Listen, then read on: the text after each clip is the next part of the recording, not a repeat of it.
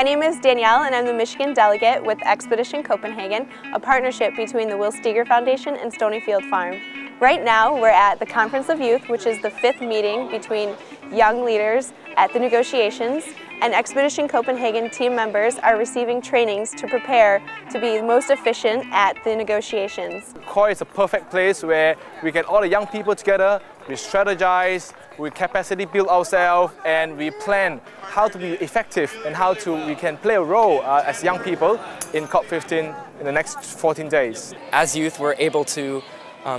be visible and to engage in that dialogue, to participate in the meetings, and to have our presence felt, and to really feel that our asks and what we're demanding for the future is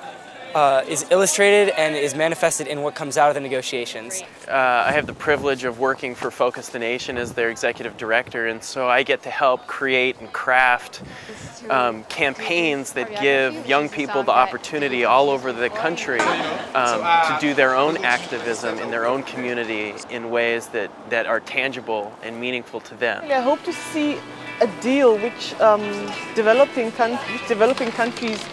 can be proud of, something which we're convinced will actually assist and take their first step in solving the problem, because we're here as the future, the people who are going to continually suffer with the problem. So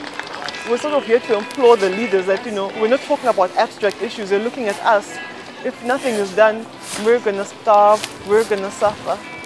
The world leaders is signing a paper which is going to decide my future and my children's future. And I think young people must have a say or be able to influence and to remind our world leaders that, hey, in 2050,